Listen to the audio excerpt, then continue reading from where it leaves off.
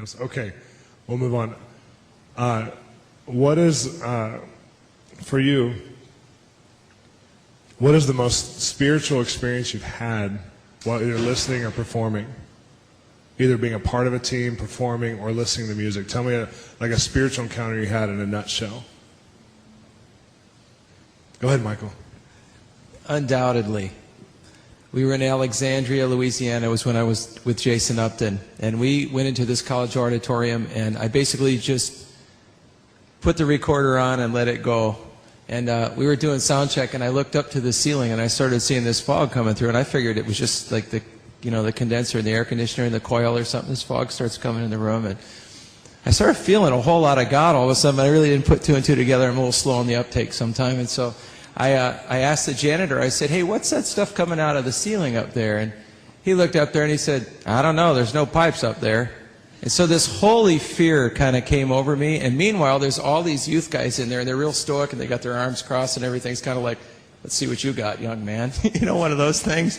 So we finished, and we just started playing, and it got to the point where it got so thick in there that I jumped off stage and I went and jumped under the soundboard. I mean, I felt so much God. I was like, oh my God, at any minute something's just going to bust through. And all of a sudden this little kid comes under the soundboard. He goes, there's a 12-foot angel standing behind Jason Upton.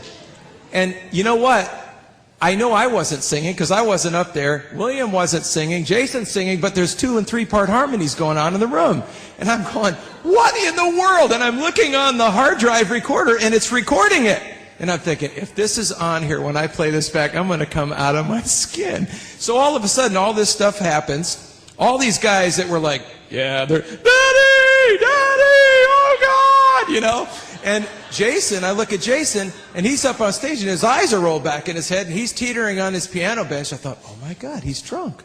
Oh, I thought that was something that he did all the time. And he starts saying, da, da, da. I thought he's completely lost it. So all this stuff's going on, right? And it's happening in real time, so you're not even catching all of what's happening.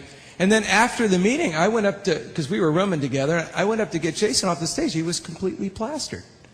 But he'd never been drunk in the spirit before, so he says, I'm feeling all tingly. My arms and, Michael, my legs. And make a long story short, he fell asleep in the dorm exactly like a drunk guy would. He just lay down on the bed with all his clothes on in his bag, and he was gone. So the next morning, I'm thinking, was that real? I went back to Nashville. And I'm in there with this engineer friend. I was producing the project, and sitting on there, we're going through all the material. We get to the song Fly. And all of a sudden, I said, well, any minute now, if that was really an angel, and all of a sudden, there's this perfect voice that comes flying. I went, whoa! And I said, we got to find that. And the engineer goes, oh, that's just a psychoacoustic anomaly. That's probably a tom-tom ring or something. And so I thought, oh, yeah? Well, let's find it then. So we start going through, we start soloing out each channel, not a tom-tom, not a keyboard, blah, blah, blah. We get through everything except Jason's vocal. Now remember, the kid said there's a 12-foot angel behind Jason. So we solo Jason's vocal track, and there's 2 waveforms on there, one little one and one big, big one. And you can see it, and not only that, but you can hear it, and the guy goes, well, that sounds like something standing like 12 foot behind Jason. I said, I told you it was an angel. And so literally on that, when that part hits, it doesn't matter. I mean, you get hammered every time. So here's where it got really crazy. So all of a sudden we start getting emails from Heidi Baker's group up there. Unbeknownst to us, when Jason's going, da, da, it's Malawi for come to the table. So we think he's just this drunken guy in a stupor, and he's actually, so they play it when the orphans are out to play, to call them to lunch, they play, da, da, and all the little kids come running in.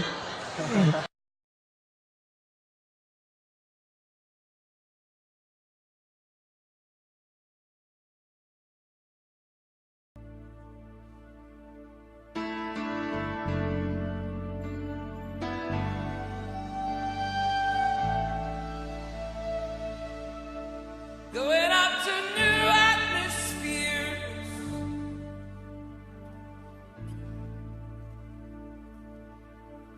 going up to new places,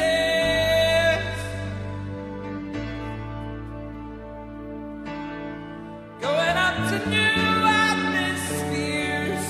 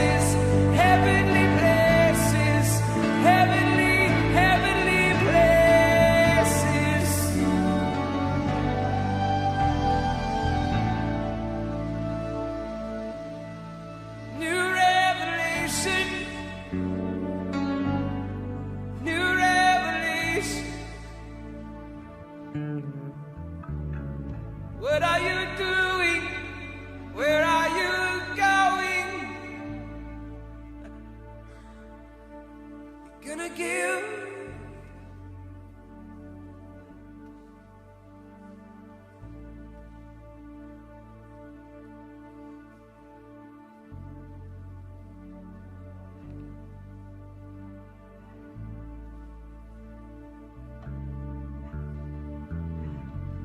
Some of you've been fighting for a very long time.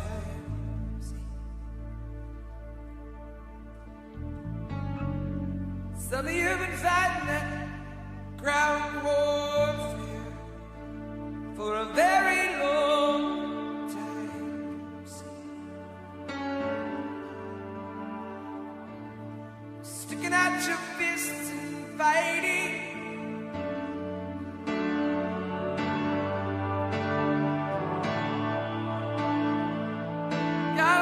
Take you to new places, new places, new places, new places, new places, new places, new revelation, new revelation, new perspective, new perspective.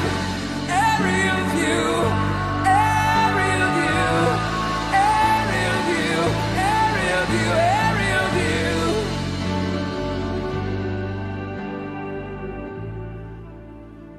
I declare over you, God has given you the air.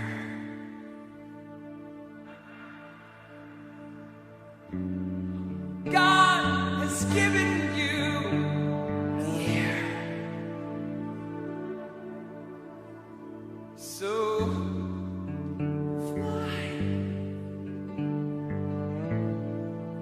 It's time to spread out your wings. Time to shake off the things that hold you down. It's time to spread out your wings.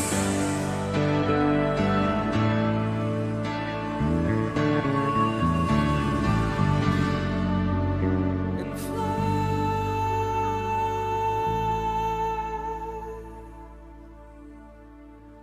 Just fly.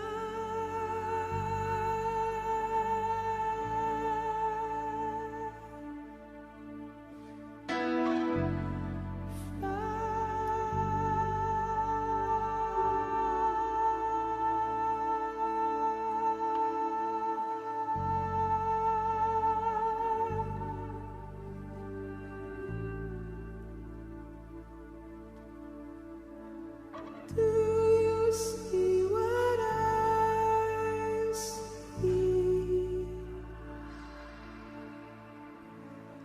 Do you hear what I hear? Do you know what I know? Do you want what I want?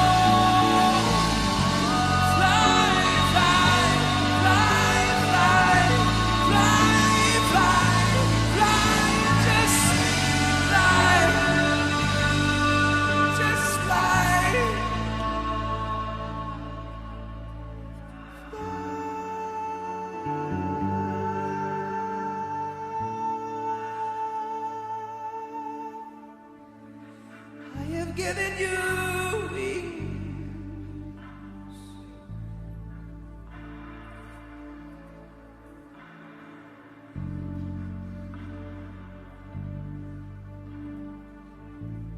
I have set you free from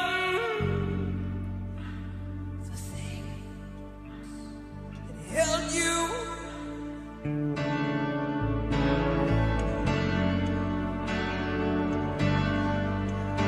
I have given you wings. I have set you free.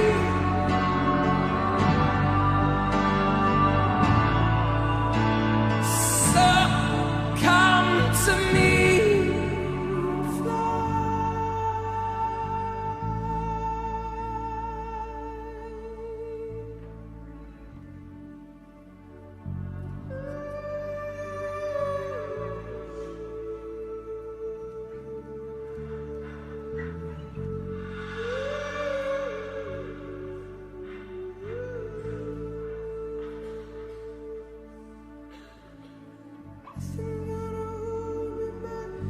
Nothing's gonna hold me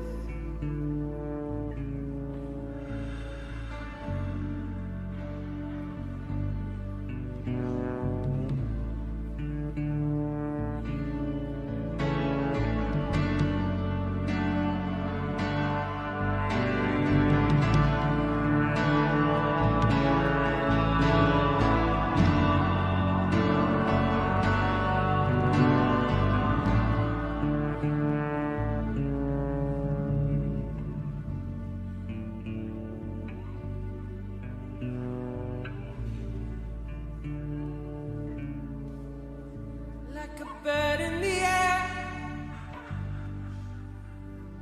You have escaped the snare.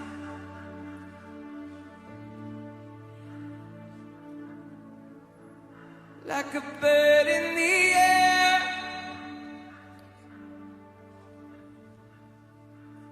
You've escaped the snare.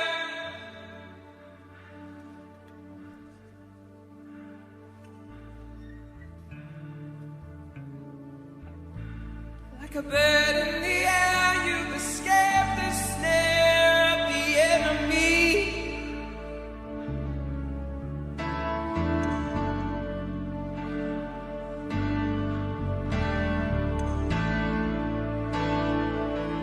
You have been set free.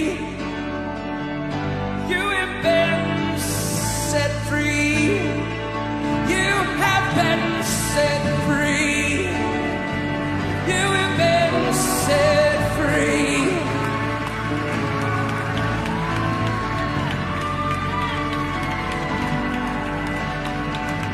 Nothing,